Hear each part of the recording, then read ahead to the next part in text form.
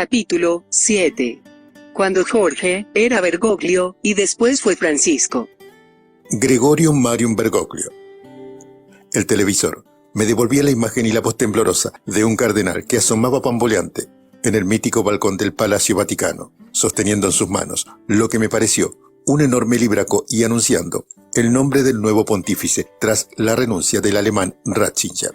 ¿Qué tal, Cristina? Habemus papam, y es argentino, y es Bergoglio. Toma mate con chocolate, pensé. Aquel 13 de marzo del 2013, día de la elección papal, estaba en el piso de arriba de la Quinta de Olivos con Maru, mi peluquera. Me estaba peinando para ir a un acto en Tecnópolis. Serían las 2 o 3 de la tarde, no recuerdo con precisión, pero sí sé que fue después de almorzar.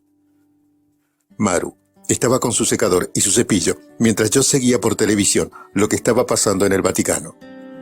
Precisamente, había elegido estar en el living y no en el lugar donde siempre me peinaba, porque no quería perderme la fumata blanca de la Capilla Sixtina y el anuncio posterior. Y no me la perdí. Apareció en la pantalla un cura muy viejito, parecía muy frágil y a punto de caerse, y empezó a hablar desde el balcón. Era el vocero del cónclave de cardenales. Escuché que dijo Gregorium. Si bien, en ese momento no entendí por qué hablaba en latín, recuerdo como si fuera hoy cuando pronunció el nombre entero, Gregorium Marium Bergoglio. Maru se quedó inmóvil, como una estatua, con el secador y el cepillo en la mano, y mirándome, me pregunta, ¿dijo Bergoglio? Sí, querida, dijo Bergoglio, le confirmé. Entonces, llamé a Mariano, mi secretario, y repetí como si quisiera confirmarlo una vez más. El vocero vaticano dijo Bergoglio. Trae la computadora y llámalo inmediatamente a Olivieri, que tenemos que ser los primeros en saludar al nuevo papa. Guillermo Olivieri era nuestro secretario de culto. Le pedí que preparara un modelo de nota para mandar las felicitaciones a Roma. Prepara todo porque vamos a ir a la consagración, le dije. Elaboró un modelo de nota muy formal para mi gusto, que corregí personalmente y le envié una salutación, que de alguna manera reflejaba el saludo de la presidenta de su país.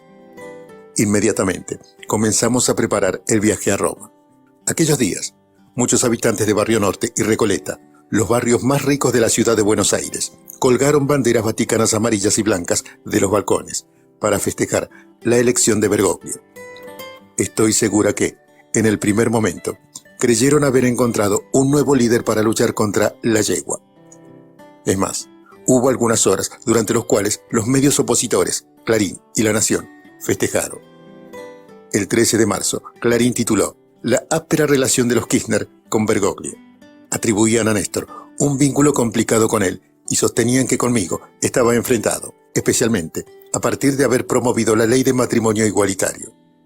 Es más, el día después de la asunción del Papa, La Nación tituló Bergoglio y los Kirchner, muchos años en una relación gélida. Y daban como ejemplo nuestra decisión de hacer federales los Te Deum del 25 de mayo como una manifestación de hostilidad hacia él. Cuando tomó estado público mi felicitación y mi decisión de viajar a Roma, los festejos de la oposición se aplacaron. Fue increíble. Lentamente iban desapareciendo las banderas de los balcones. Estaba claro, a pesar de que había habido tensiones, nunca nos entendieron ni a mí ni a Néstor, y me parece que menos todavía a Bergoglio. Guardaban la secreta esperanza de que Francisco, el nombre que eligió para su papado y que aludía a San Francisco de Asís, el santo de los pobres, fuera un tenaz opositor a nuestro gobierno. Algún colaborador mío, no importa quién, me preguntó si estaba segura de viajar a Roma. Por supuesto, soy la presidenta de Argentina, le contesté. La verdad es que no estaba preocupada. Sabía que me iba a llevar bien con Bergoglio. Estaba absolutamente convencida. Solamente un ignorante o malintencionado podía pensar que tendríamos una relación crispada, nada menos que con el Papa. ¿Por qué siempre me han subestimado tanto? Estaba muy segura de lo que él pensaba en las cosas que, tanto a Néstor como a mí, nos preocuparon siempre, la pobreza y la desigualdad.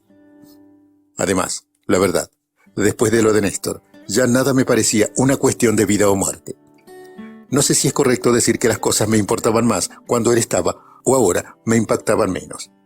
Incluso, el día que me dijeron que yo tenía cáncer, aquel lejano diciembre del 2011, no me preocupé demasiado. Después de que él ya no estuvo, nada me parecía tan terrible. Por lo tanto, Las rispideces que hubo con Bergoglio tampoco me parecían un problema. Una vez más, tomé la decisión de viajar a su consagración en Roma. Lo primero que pensé es que debía fijar públicamente mi postura para que no hubieran malos entendidos, no solo a nivel general, sino también en nuestro propio frente interno. Después, lo que se dijeron públicamente en los medios de comunicación me importaba muy poco. Luego, debo confesar, me dediqué a una frivolidad y me dije, tengo que llevar el sombrero más lindo de todos. Tengo que ir con el sombrero y el taparito más lindos, porque soy la presidenta de Argentina, y como el Papa es argentino, todas las miradas van a recaer sobre nuestra delegación, más que sobre cualquier otra. Fui con un sombrero y un tapado negro de vinos al primero de los 7 encuentros que tuve con Francisco. 4 de ellos ocurrieron en Roma, en Santa Marta, la residencia privada de Francisco, el 18 de marzo del 2013, el 17 de abril del 2014 y el 20 de septiembre del 2014, y otro en el Vaticano, el 7 de junio del 2015. También nos encontramos en Río de Janeiro en julio del 2013, en el marco de la Jornada Mundial de la Juventud, en julio del 2015, en la misa que Francisco dio en el Parqueño Iguazú, en Asunción del Paraguay, y en septiembre del 2015, en la misa en la Plaza de la Revolución, en La Habana, Cuba. En cuanto a las reuniones, ninguna de ellas fue protocolar, al contrario. Las veces que nos vimos en Santa Marta fueron encuentros muy cálidos y no parecía una reunión entre un papa y una presidenta, sino de 2 argentinos que se conocen y tienen funciones diferentes. En el primer almuerzo, recuerdo que conversamos sobre Néstor y yo le dije, ¿sabe qué creo que pasó entre ustedes, Jorge? Porque le digo Jorge cuando hablamos y no su santidad, y él, obviamente, me dice Cristina. En el fondo, creo que la Argentina era un lugar demasiado chico para ustedes 2 juntos. La verdad es que lo veo de ese modo. Ambos eran 2 grandes jefes y 2 grandes hombres, y esto último es clave para entender. Ambos eran hombres. Los hombres tienen un concepto del ejercicio de la jefatura totalmente diferente a nosotras, las mujeres. Y esto se puede observar tanto en un religioso como Bergoglio, o en un laico a ultranza como lo era Kirchner. Las demostraciones de poder para los hombres tienen una simbología diferente de la que tienen para las mujeres. Yo no tengo ningún problema con que el otro parezca tener más poder o menos poder que yo, si hace lo que quiero. ¿Cuál es el problema? A los hombres esto no les pasa. El uso y el despliegue de los símbolos del poder son algo muy potente en ellos. Es más, en el caso de Néstor y Bergoglio, la disputa estuvo desde el principio. Cuando asumió como presidente, de acuerdo a las costumbres imperantes y aceptadas por toda la dirigencia política. A Néstor le tocaba realizar muchas tareas simbólicas. Tenía que ir a la sociedad rural, al Teatro Colón y a la catedral a besar el anillo del cardenal primado de la Argentina. Tenía que rendir pleitesía a los poderes establecidos y Néstor no lo hizo nunca. Bergoglio trataba de verlo y hacía las gestiones a través de la Cancillería, pero también llamaba a Oscar Parrilli, secretario general de la presidencia, sugiriéndole que Néstor fuera a la catedral. Parrilli le contestaba, mire, usted me llama y el presidente lo recibe a solas, en secreto, en público, en Olivos, donde usted quiera. Jorge le contestaba, bueno, gracias pero no. Todos le decíamos a Néstor, tenés que ir a ver a Bergoglio. Él respondía, no, que venga él a verme a mí, a casa de gobierno. Del otro lado, Bergoglio contestaba, no, que venga él a la catedral. En definitiva, ellos nunca se vieron porque ninguno quiso cruzar la Plaza de Mayo. Esta es la verdad. Ni Néstor quiso cruzar la plaza para ir a la catedral, ni Bergoglio para ir a la casa de gobierno. No se trataba de un capricho. Era algo más simbólico, casi atávico, diría, una cuestión de poder, y además, una cuestión de ejercicio del mismo entre hombres. Las mujeres no creemos en ese tipo de pujas, al menos yo no. Si hubiéramos sido 2 mujeres, nos hubiésemos encontrado en el medio de la Plaza de Mayo, al lado de la pirámide, o nos hubiéramos ido a tomar un café. De algún modo, lo hubiéramos arreglado. Pero los hombres no. También es cierto que cada hombre tiene una carga, un peso cultural que la sociedad le exige para validarlo como jefe, para que el otro, y sobre todo los otros, lo reconozcan como tal. Y Néstor sentía que para ser validado como presidente era Bergoglio el que tenía que ir a casa de gobierno y no al revés. A su vez, Bergoglio sentía que, para validar su jefatura como representante de la Iglesia Católica, era el presidente quien debía ir a la catedral. Kirchner consideró que el poder tenía que residir en la Casa Rosada como símbolo político de la voluntad popular. Para él, era necesario reafirmar, sobre todo después de lo que había pasado en la historia de nuestro país, que el que tomaba las decisiones en Argentina era el presidente y no el Fondo Monetario Internacional, ni la Iglesia, ni la Unión Industrial Argentina, ni Clarín. Néstor debía decidir no en función de sus intereses personales, sino en nombre del poder de la política en la Casa Rosada. Y Bergoglio, obviamente, representaba el poder de la Iglesia. Ahí anidó la pugna y el choque entre ambos, porque es incuestionable que lo hubo. Obviamente me alineé junto a mi compañero, no iba a ser yo la que cruzara la Plaza de Mayo. Pero lo cierto es que ninguno de los dos quiso cruzarla. Después, ya fue demasiado tarde. Para Bergoglio, que se perdió la posibilidad de conocer a un personaje de esos que la historia argentina no repite a menudo. Y hoy, conociendo a Bergoglio, puedo decir que Néstor también se perdió la oportunidad de conocerlo, porque también él, sin dudas, es un personaje irrepetible en nuestra historia.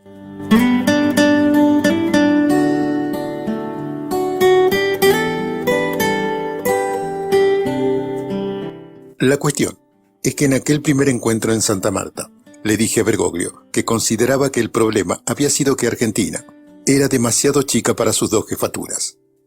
Se lo mencioné, sin entrar en mayores detalles porque me parecía una irreverencia decirle. El problema fue que ninguno de los dos quiso cruzar la plaza. Me miró un instante en silencio y pasamos a otro tema. Debo confesar que me pareció poco atinado decírselo tan directamente, pero de todos modos es lo que pienso. Sí, le dije lo de las dos jefaturas, que me pareció una síntesis. Ambos tenían mucho peso simbólico y mucha fuerza.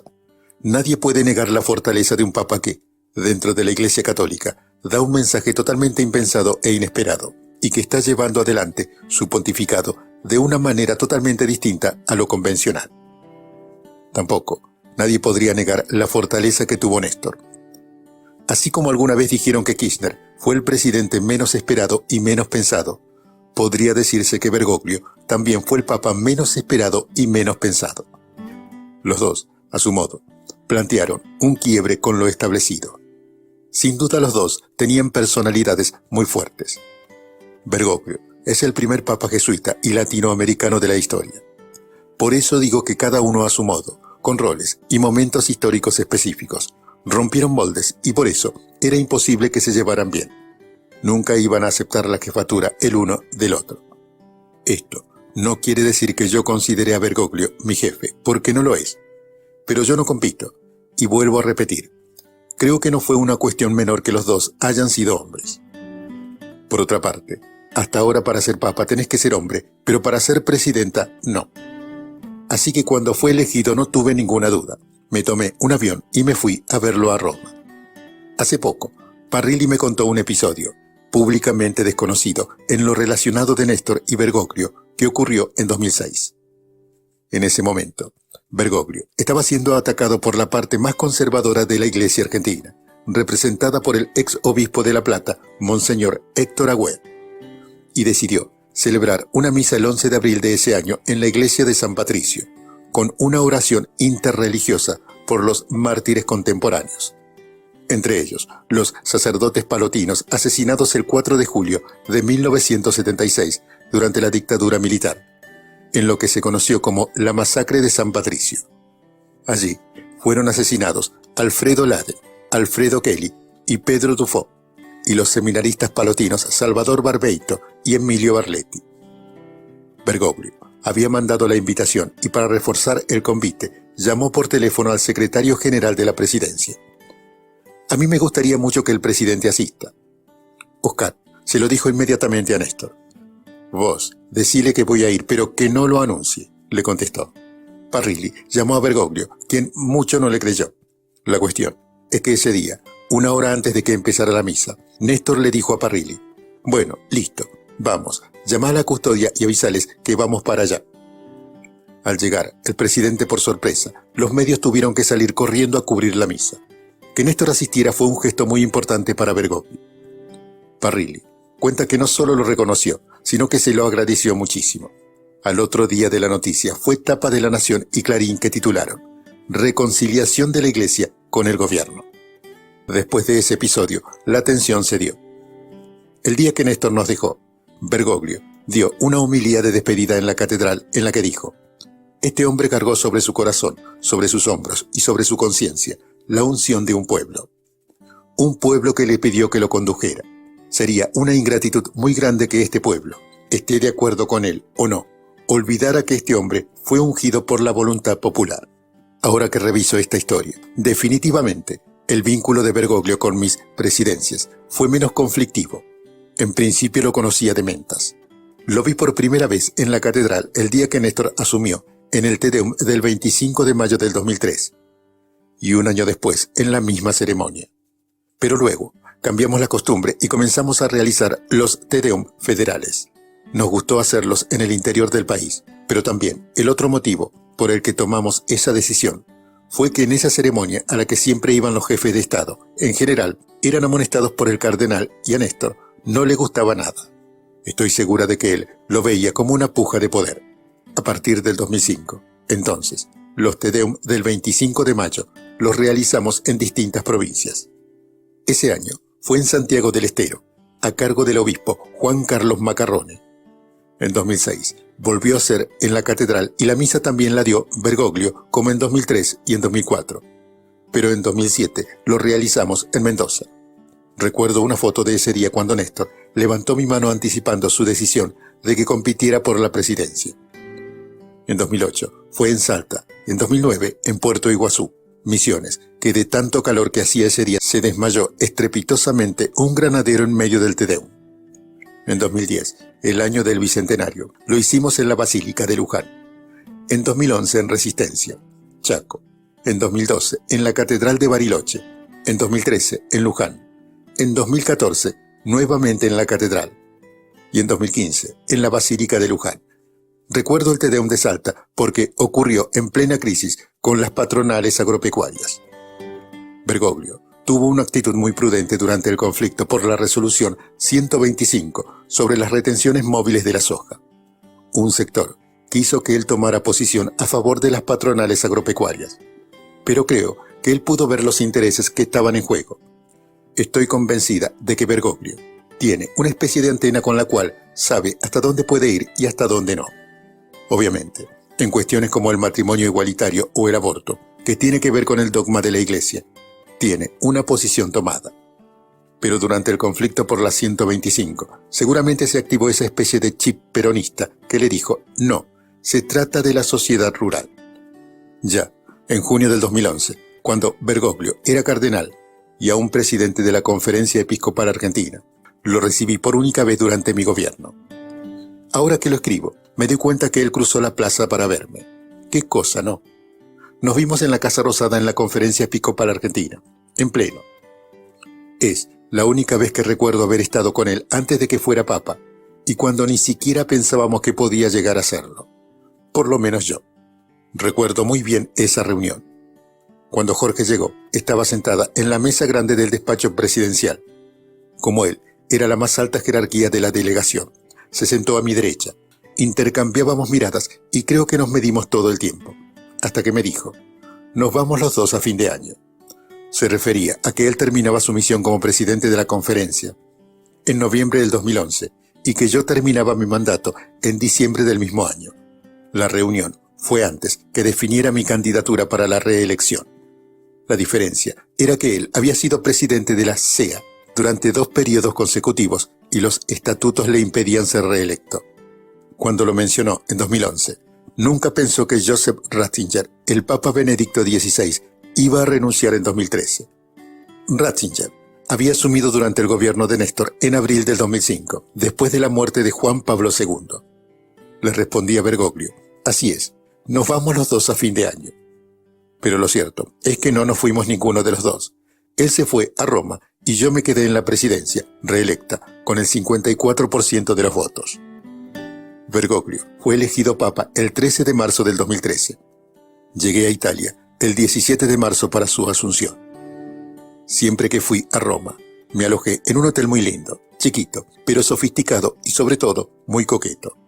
un hotel antiguo con un estilo bien italiano, el Edén. Desde la ventana podía ver el enorme edificio de la Compañía de Jesús, que está enfrente. Con Néstor siempre fuimos al mismo hotel. Solo la primera vez que viajamos, ni bien asumió como presidente, nos alojamos en otro. También muy lindo, pero bastante más alejado, en Villa Borghese. Roma me parece una de las ciudades más bellas del mundo. Ese día, almorzamos a solas en Santa Marta. La mesa era servida y atendida por un sacerdote. El protocolo decía que yo debía estar con la cabeza cubierta y atuendo de color negro, aunque me autorizaba a quitarme el sombrero al momento del almuerzo. Decidí no hacerlo. Si me lo sacaba, era imposible volver a colocarlo. Tenía horquillas por todos lados. Antes de pasar al pequeño comedor, le dije a Francisco: no pienso sacarme el sombrero, no lo puedo poner de nuevo, y ni loca salgo despeinada en las fotos. Se rió mucho. Está todo bien, no se haga problema, dijo. Luego me contó cómo había sido elegido y por qué había decidido vivir en Santa Marta y no en el Vaticano. Me dijo que quería tener una vida cotidiana más abierta, más normal. También me habló de la patria grande y me conmovió. Era otro Bergoglio, sonreía. No recordaba ninguna foto con él sonriendo mientras estuvo en la Argentina. Ser papa le cambió la cara. Él quería ser papa y me encantaba. Y me encanta que haya querido serlo. Nunca se lo pregunté, pero estoy absolutamente convencida de que él deseaba serlo. Además, ¿qué cura no quiere ser papa? En la comitiva que me acompañó a ese primer encuentro estaba Alicia Oliveira, que era una abogada absolutamente comprometida con la lucha por los derechos humanos y una persona recta, íntegra y muy amiga de Jorge. Es imposible creer que ella pudiera ser amiga de una persona que tuviera malos sentimientos o no tuviera compromisos con los derechos humanos. No me voy a olvidar nunca de ese viaje con ella. Recuerdo que fumaba sin parar, como un escuerzo. El día de la ceremonia, de la consagración, estábamos todos sentados al aire libre en la plaza de San Pedro, y por los parlantes anunciaron una y otra vez que estaba prohibido fumar. Pero a Alicia no le importó, y encendía un cigarrillo tras otro. Uno de mis secretarios se acercó y le dijo: «Señora, no se puede fumar». «¿Qué sos? ¿De la policía?», le espetó y siguió fumando como si nada. «Déjala», le dije, «déjala que fume. Después de todo, ¿para qué vamos a armar tanto lío si estamos al aire libre?». Alicia no paró de fumar durante toda la ceremonia. Ese día la volví a ver adentro del Vaticano. Para ver al Papa y saludarlo, los jefes y jefas de Estado caminan en fila, en un pasillo muy ancho, hasta el trono de San Pedro. A los costados hay vallas para contener al resto de los invitados. Después de saludar a Bergoglio, ahora Francisco, entre la gente la vi a Alicia. Estaba apoyada en la valla y contemplaba a Francisco con una mirada de emoción y adoración increíbles. Aún me conmueve cuando lo recuerdo. Cuando regresamos a la Argentina y su enfermedad empeoró, la visité y pude reconocer a sus hijos. Me dolió su muerte, que ocurrió en noviembre del 2014.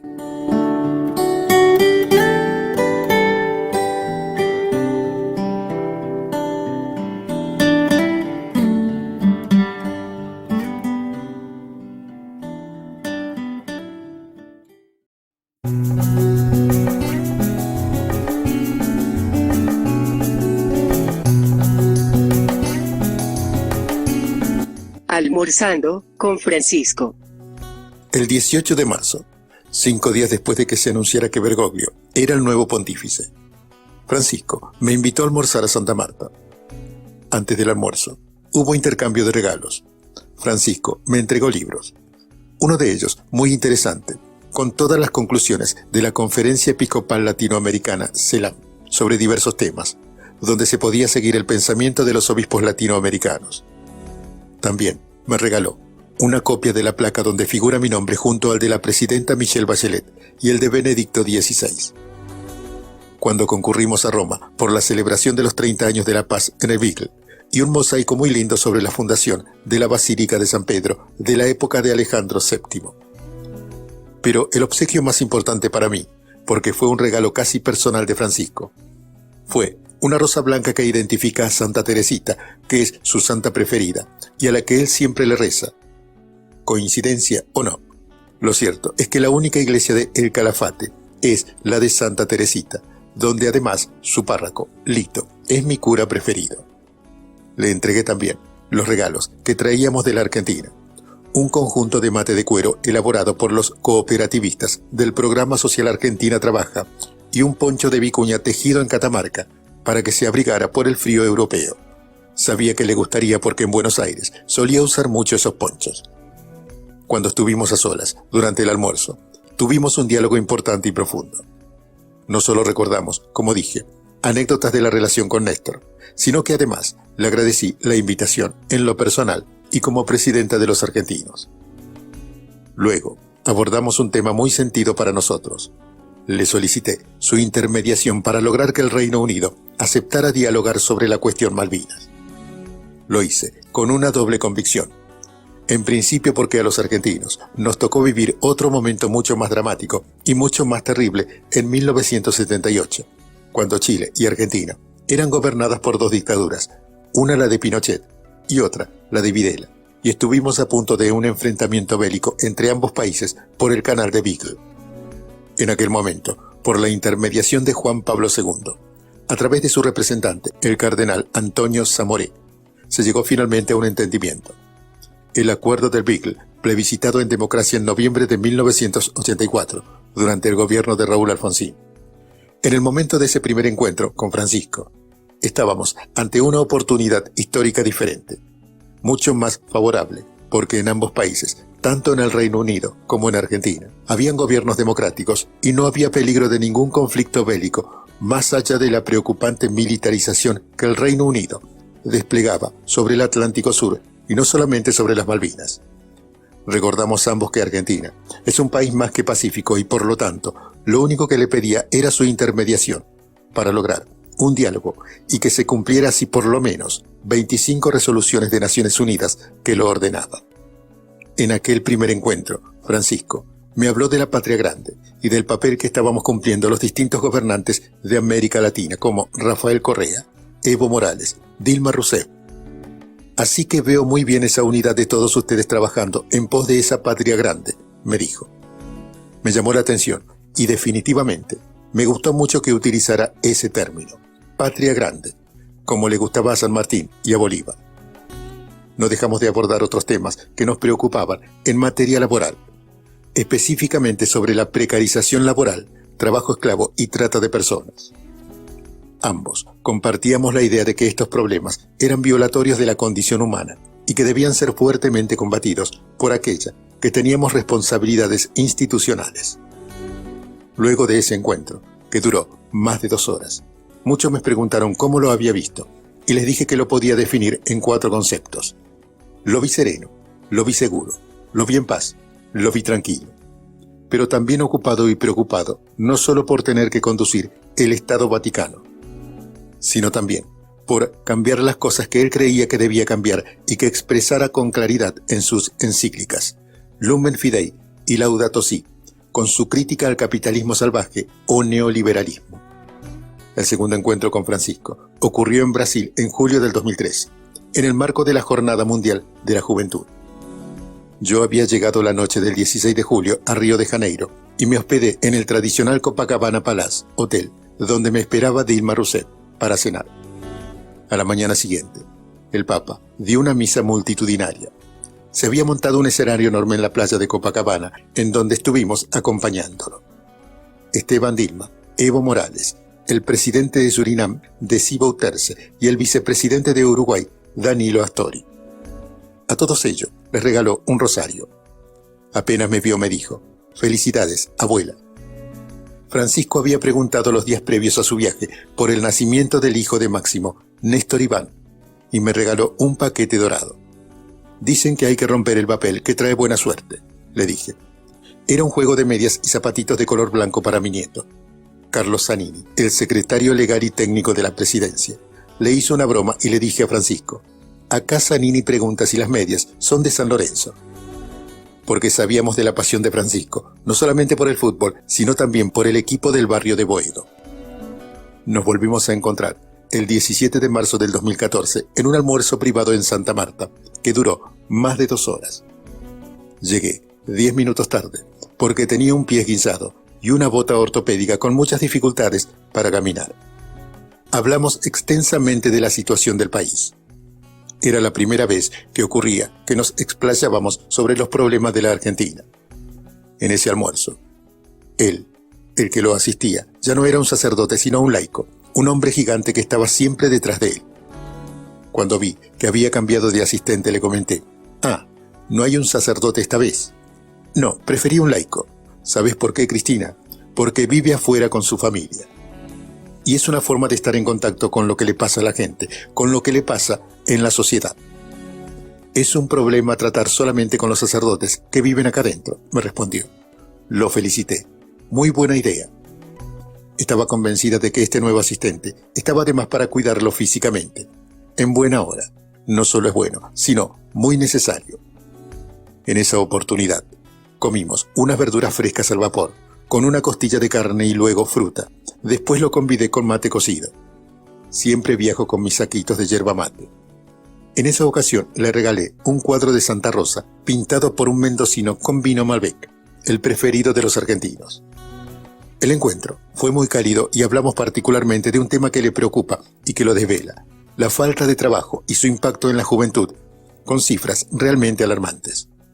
Me habló de lo que es la desocupación juvenil en Europa. Le conté cómo había sido la evolución de nuestro plan Progresar y de cómo ayudó a los jóvenes de nuestro país.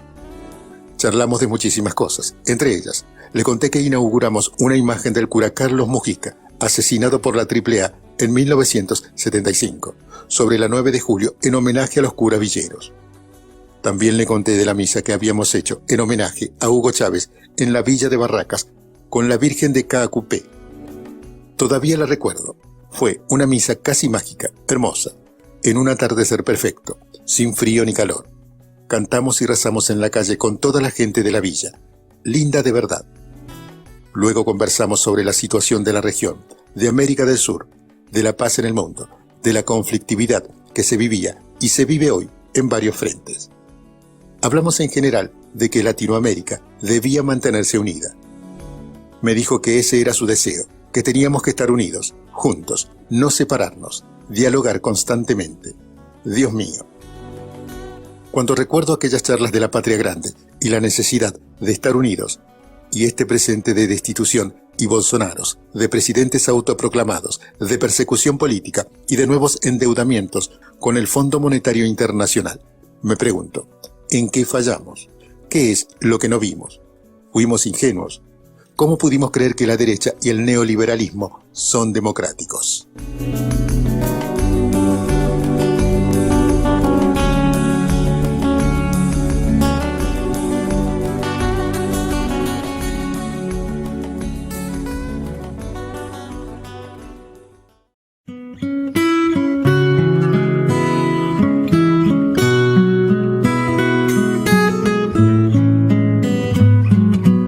Francisco, los jóvenes y la deuda.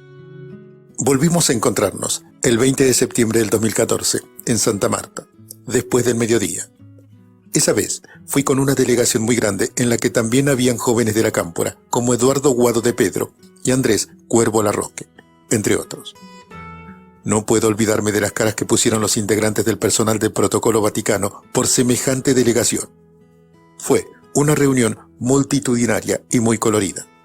Pero antes que entrara toda la comitiva, estuve 15 minutos a solas con Francisco.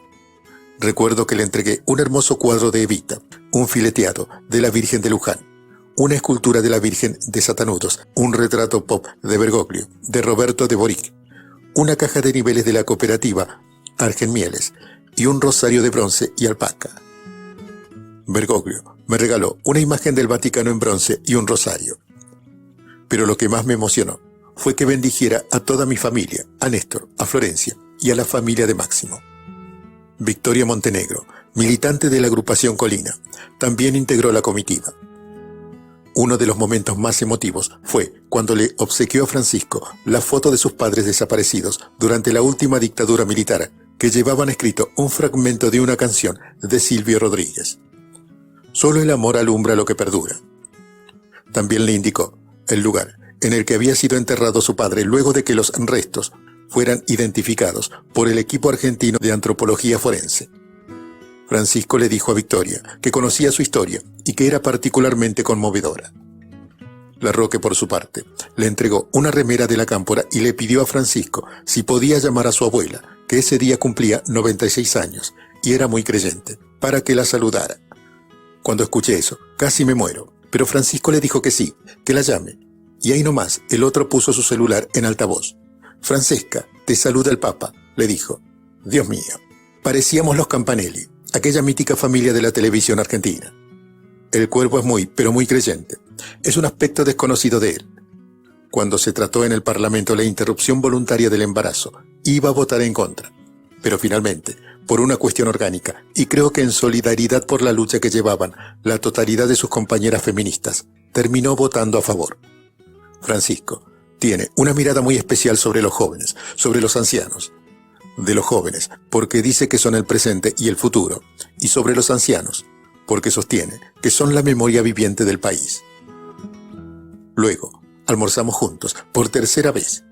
Le comenté sobre mi preocupación por los ataques que estaba recibiendo en ese momento contra mi gobierno.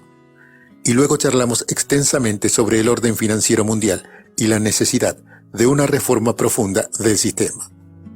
Recordé que en su primera exhortación apostólica había condenado la autonomía absoluta de los mercados y la especulación financiera. Dijo que la deuda y sus intereses alejaban a los países de las posibilidades reales de su economía.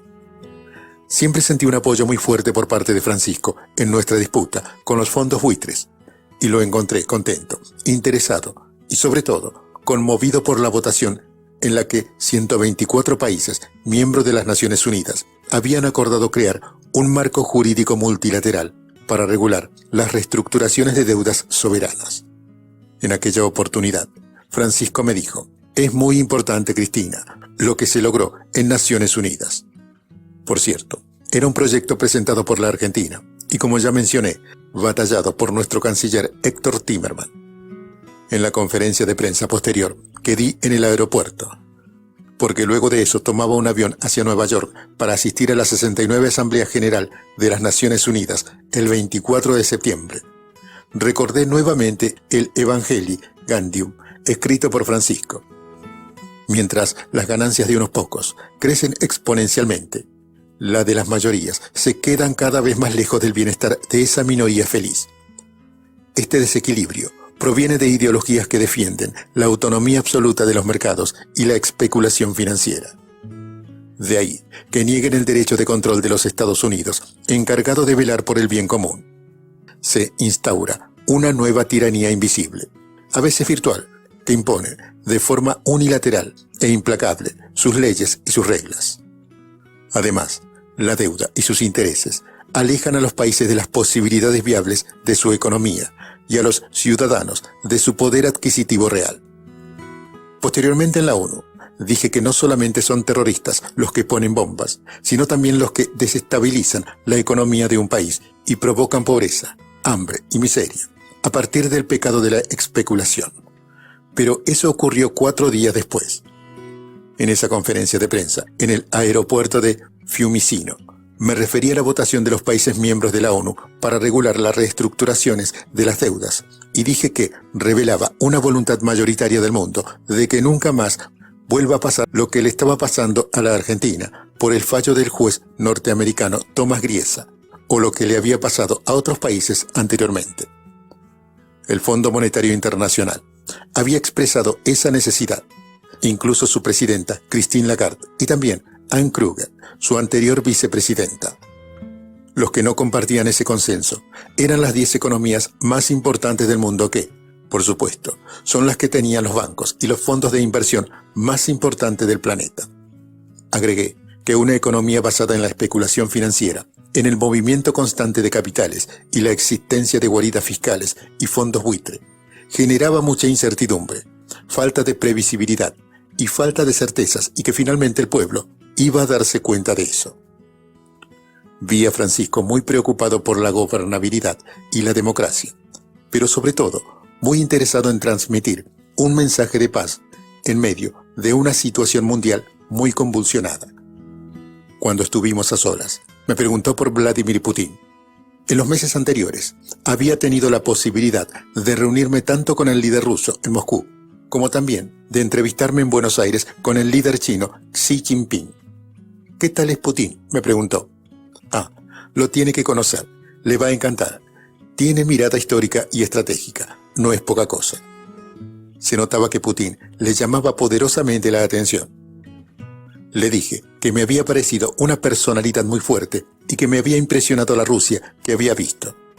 Le conté que Putin había reconstruido el esplendor de la vieja Rusia, desde lo político hasta lo artístico y cultural. Había tenido oportunidad de ir a Moscú en diciembre del 2008 y me alojé en el Kremlin. El presidente era Dmitry Medvedev y Putin era el primer ministro. Cuando me recibió en el Kremlin, tuvimos un diálogo encantador. Le recordé que nos habíamos conocido en una reunión en Naciones Unidas cuando lo acompañé a Néstor. En ese momento yo era la primera dama, le dije. Putin me respondió con una enorme sonrisa. Usted siempre va a ser una primera dama. Al otro día de ese encuentro, le seguí contando a Francisco. Todo el mundo comentaba la foto en la que Putin aparecía muy sonriente, algo aparentemente poco común. Lo cierto es que Putin y el Kremlin me impresionaron. El Palacio de los Zares estaba totalmente reconstruido, así como la Sala del Trono y otros sectores del palacio que fueron restaurados de acuerdo a su historia y esplendor originales. Sé que puede parecer una cuestión menor, pero no lo es. El patrimonio cultural y su reconocimiento, su puesta en valor y su reivindicación es, en definitiva, recuperar la historia de una Rusia grande. Esta impresión la confirmé definitivamente cuando volví a visitar ese país en 2015. En ese momento, se aprestaban a conmemorar los 70 años de la derrota del nazismo en la que Rusia fue actor principalísimo. Hubiera sido casi imposible vencer a Hitler sin su participación, y se había organizado una muestra en el Museo de Moscú, con los trofeos de guerra, entre otras cosas. Lo vi antes de que fuera inaugurada. Estaba una muestra en honor a Eva Perón, y tuvieron la deferencia de organizar una visita guiada para mí sola. Me pareció muy fuerte. Me impresionó mucho. Las historias, los trofeos de guerra, las banderas y los objetos nazis capturados, y la fuerza de los rusos. No me olvido más.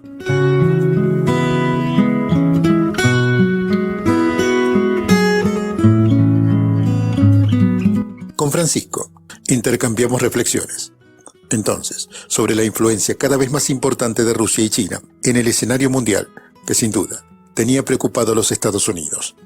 En mi opinión, le dije a Francisco, la obsesión de Estados Unidos, después de la caída del muro de Berlín, era justamente impedir que surja una potencia euroasiática que dispute su hegemonía global. Que era cierto que los Estados Unidos nunca habían perdido en América Latina, pero que la decisión de volver a mirarnos, a dominarnos o a intervenir, se dio precisamente a partir de que China y Rusia decidieran invertir recursos en la región. Estados Unidos advirtió que los movimientos y gobiernos populares como el nuestro, al igual que el de Brasil, Ecuador, Venezuela, Bolivia y algunos otros países de Centroamérica, hicieron acuerdos estratégicos con China y con Rusia.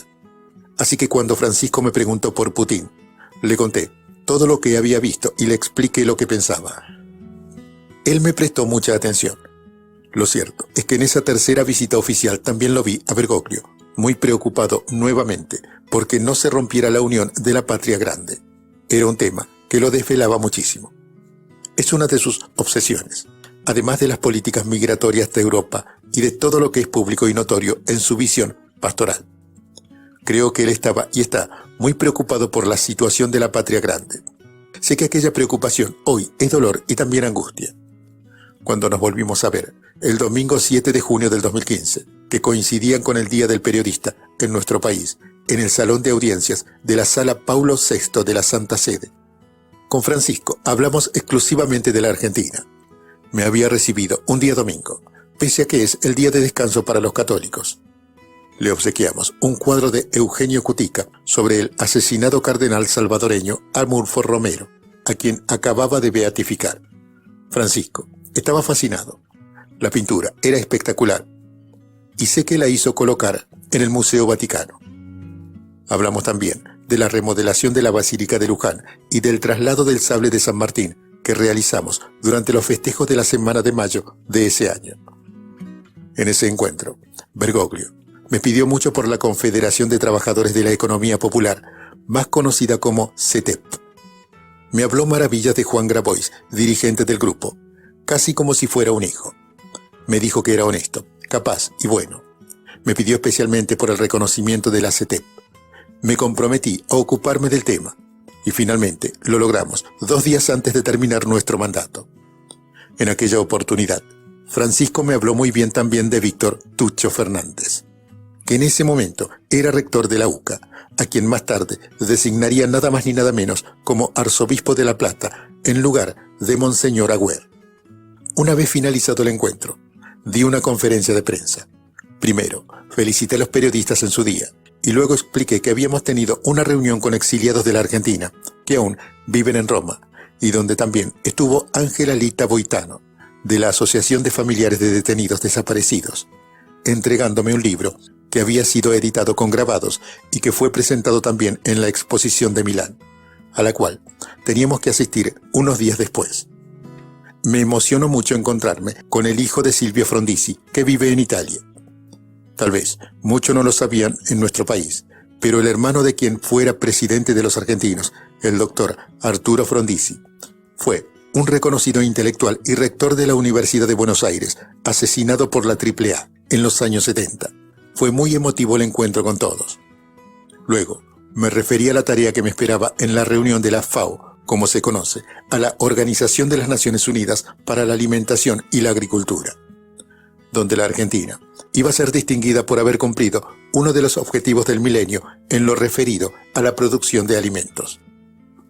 Dije a los periodistas que estábamos orgullosos de producir alimentos para 400 millones de personas y que calculábamos que podíamos hacerlo para 600 millones, pero que sin embargo el tema del hambre, de erradicar el hambre, no tenía que ver únicamente con la posibilidad de producir alimentos, sino con la necesidad y determinación de distribuir adecuadamente esos alimentos en poblaciones vulnerables.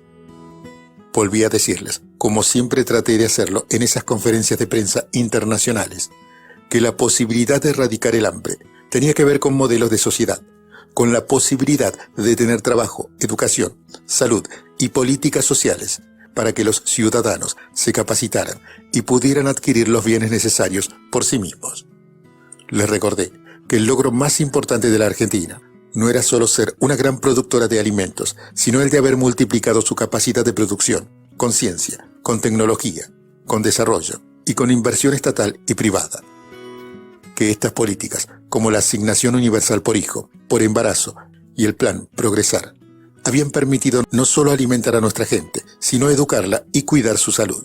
Y que no podía olvidarme de que uno de los programas más importantes que teníamos era el Ellas Hacen, de mujeres cooperativistas que se incorporaban al mundo del trabajo, pintaban escuelas, construían jardines de infantes y al mismo tiempo tenían un lugar para escapar de la violencia doméstica.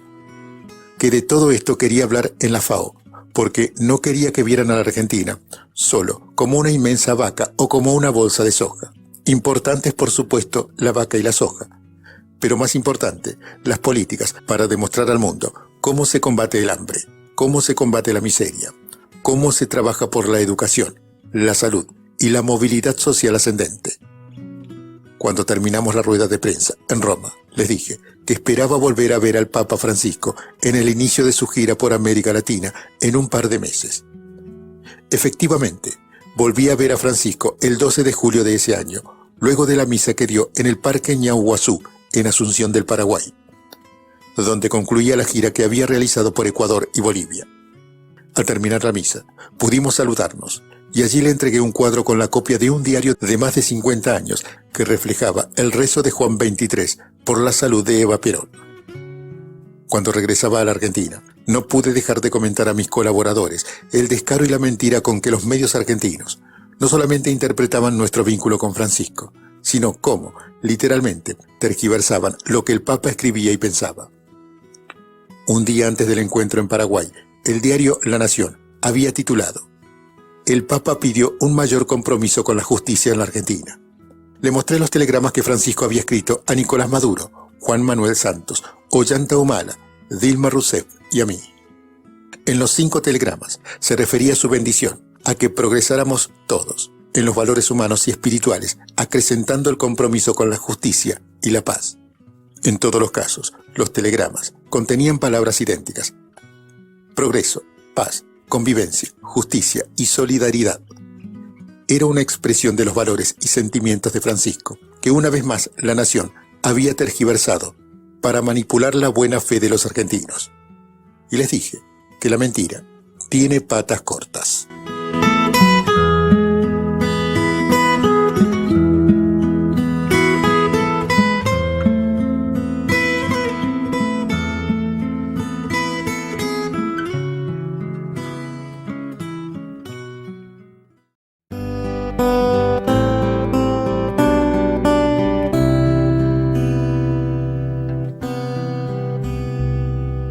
Francisco y Fidel.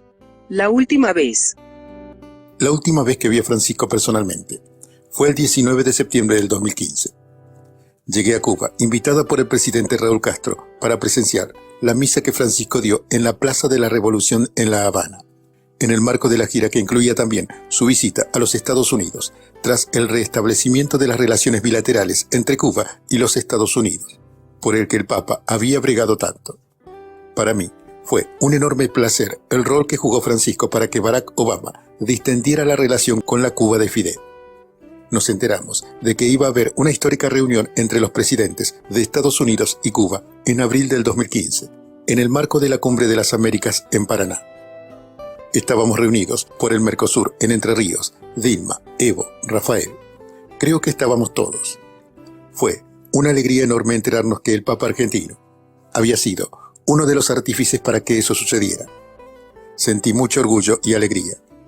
Recuerdo que a Cuba me acompañaron el canciller Héctor Timerman, Olivieri, la ministra de Cultura, Teresa Parodi, el de Agricultura Carlos Casamiqueta y nuestro embajador en el Vaticano, Eduardo Valdés. Nos hospedamos en el hermoso Hotel Nacional. En aquella misa de La Habana fue la última vez que vi a Francisco. También la última que lo vi a Fidel, quien como siempre me había invitado a comer a su casa junto a Dalia, su mujer. El año anterior había ido a almorzar con Florencia. Siempre me impresionó su memoria y su interés por todo. Nada le era indiferente, nada le era desconocido. Y si no sabía, te pedía que le explicaras con mucho detalle y te escuchaba con la máxima atención. Nunca había nadie con tantas ganas de saber todo. Disfrutaba mucho escuchando al otro. Una semana después, viajé a Nueva York para participar de la 70 Asamblea General de Naciones Unidas, donde denuncié la campaña de los fondos buitres, acusándome de ser una cómplice del régimen iraní. En esa reunión también estuvo Francisco, donde criticó la asfixia de los organismos financieros que promueven el endeudamiento y la dependencia y someten a las poblaciones a mayor pobreza. En Nueva York tuvimos encuentro con el secretario general de la ONU, Ban Ki-moon, y hablamos extensamente con el presidente de Francia, François Hollande, y Dilma Rousseff. Allí también Raúl Castro pudo darme las fotos de mi encuentro con Fidel. Pensando retrospectivamente en aquellos encuentros, comprendo la dimensión anticipatoria de la preocupación de Francisco por la marcha de la patria grande. En junio del 2018, a Rafael Correa, que vive en Bélgica, el Poder Judicial ecuatoriano, una causa fenecida, cerrada, juzgada, en la que lo acusan de asociación ilícita. Como en mi caso, reapertura de causas fenecidas, caso del memorándum con Irán y asociación ilícita. A Correa le estaban haciendo exactamente una réplica de lo que hicieron conmigo. Pasaron varios años y la historia le dio la razón a Francisco, que estaba muy preocupado no por la suerte de las personas, sino por la suerte de los países y sus pueblos. En mayo del 2018, dijo durante una misa en Santa Marta: en la vida civil, en la vida política, cuando se quiere hacer un golpe de Estado, los medios comienzan a hablar de la gente, de los dirigentes, y con la calumnia y la difamación los ensucian. No hacía más que describir el modus operandi de lo que ha sido el lawfare, la articulación difamatoria de los medios de comunicación y el accionar de sectores del Poder Judicial. Una cosa que me encantó de Francisco fue su decisión de nombrar en Argentina un nuncio, embajador del Vaticano, de color, el obispo congoleño León Calenga Badiquevele. Antes que él, hubo 2 nuncios en la historia argentina, 10 italianos, 1 español y 1 suizo, pero nunca un africano. Su nombramiento me pareció una obra maestra porque avanza sobre el tema de la negritud. Me pareció un mensaje extraordinario. Lo disfruté como pocas cosas he disfrutado respecto de la Iglesia. Y es ideal, como mensaje, para ayudar a terminar con la discriminación de los otros negros, los pobres.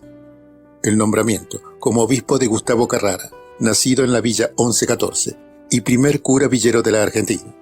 También me pareció una de las cosas más simbólicas que iba en la misma dirección, como también la beatificación del obispo de La Rioja, Enrique Angelilli, asesinado por la dictadura militar en agosto del 76. Con respecto a un tema tan debatido y delicado como la interrupción voluntaria del embarazo o aborto legal, seguro y gratuito, la verdad, que nunca hablamos. Sí pude abordar este tema con los obispos Ojea Quintana y Carrara, cuando me visitaron en mi casa. Les dije que era un tema que nos interpela y por el cual tenemos que sí o sí interrogarnos. Por mi parte, sigo sin estar de acuerdo con el aborto y nunca lo practiqué, pero también les dije que si bien mi hija es una madre soltera que decidió tener a Helenita, mi nieta, ¿qué hubiera pasado si me decía que no la quería tener y que había decidido abortar? Yo, ¿qué hubiera hecho? ¿Qué le hubiera dicho? ¿La hubiera dejado que lo hiciera sola? No, sin dudar, la hubiera acompañado. Creo que esa tarde en la que nos vimos, mientras hablaba con ellos y les decía estas cosas, sentí que me interpelaba también a mí misma. Es tan difícil modificar creencias o aceptar las razones del otro cuando no coinciden con la fe de cada uno. Creo en eso de la revolución de las hijas. Siempre que charlaba con las madres y las abuelas de Plaza de Mayo, me decían que ellas eran todas mujeres que no hacían política. Es más, muchas eran gorilas, como ellas mismas se recordaban, antiperonistas, como Tati Almeida o Estela de Carlotto. La propia Eve de Bonafini era una mujer humilde que cuenta que estaba todo el día en la cocina y que ahí escuchaba hablar a sus hijos de política. Todas coinciden en que fueron paridas políticamente por sus hijos. Y esto, en cierto modo, también es así en la batalla feminista por la interrupción voluntaria y legal del embarazo. Son las hijas y las nietas de los pañuelos blancos. ¿Qué cosa las mujeres argentinas con los pañuelos? Madre de Dios. Los pañuelos blancos, los pañuelos verdes, las madres, las hijas, las nietas y también los pañuelos celestes. El del aborto es un tema complejo, muy complejo. No sé cómo va a terminar, yo sostenía, y se los dije, que si se aprobaba en diputados iba a haber un movimiento y una demanda social muy grande. Dije también que la decisión política de la sociedad es una y que yo la iba a respetar. Además, las personas también cambian y eso hay que entenderlo. Yo, antes era una persona que decía, no soy feminista, soy femenina. ¡Qué estupidez! ¡Qué inmensa estupidez y lugar común! En realidad, no solo fue Florencia la que me hizo cambiar o la que me hizo tener otra mirada. Fueron también las pibas de secundario y mis nietas, Helenita y María Emilia, a quienes las imaginé 12 años más tarde. Yo había visto el primer Ni Una Menos, que fue el 8 de marzo del 2015. Pero en ese momento era una demanda diferente, el tema de los femicidios y la violencia, que un grupo de mujeres periodistas de medios opositores en su mayoría intentó convertir en un reclamo a mi gobierno. Lo sentí en la primera marcha. Era justo, claro, pero creo que no abarcaba todo el fenómeno. La segunda ya fue diferente y la tercera, del 2017, fue impresionante. Ahí se incorporaron trabajadoras, obreras, partidos políticos, movimientos sociales. Fue multitudinaria. Pero la que rompió todos los esquemas fue la del 8 de marzo del 2018. ¿Por qué rompió todo? Porque las marchas anteriores, las mujeres que iban eran todas de la edad de mi hija, más o menos 25, 26, 27 años. En la del 2018 salieron las adolescentes de 13, 14 y 15 años. Eran decenas de miles que salían de los colegios, religiosos inclusive, porque les veías los uniformes, se sacaban la camisa y se ponían pañuelos verdes. Acompañadas por sus compañeros de colegio, a mí me rompió la cabeza lo de esas pibas, y después mi hija me empezó a mandar fotos de los colegios tomados, y me puse a pensar, dentro de 15 años yo voy a tener 80, voy a ser una vieja, y Helenita va a estar en 5º año. María Emilia va a estar en 4º de la secundaria, y les van a preguntar las compañeritas, che, ¿qué votó tu abuela? Y ellas van a contestar, esa vieja votó en contra. No señor, eso no me lo voy a permitir. No, de ninguna manera. No estoy dispuesta a ser recordada mal por mis nietas. Definitivamente, no quiero. Si bien, como dije, nunca hablé con Francisco sobre este tema. Creo que son cuestiones doctrinarias de la Iglesia imposibles de acordar desde el dogma, pero que van a ser saldadas por la sociedad civil. No tengo ninguna duda.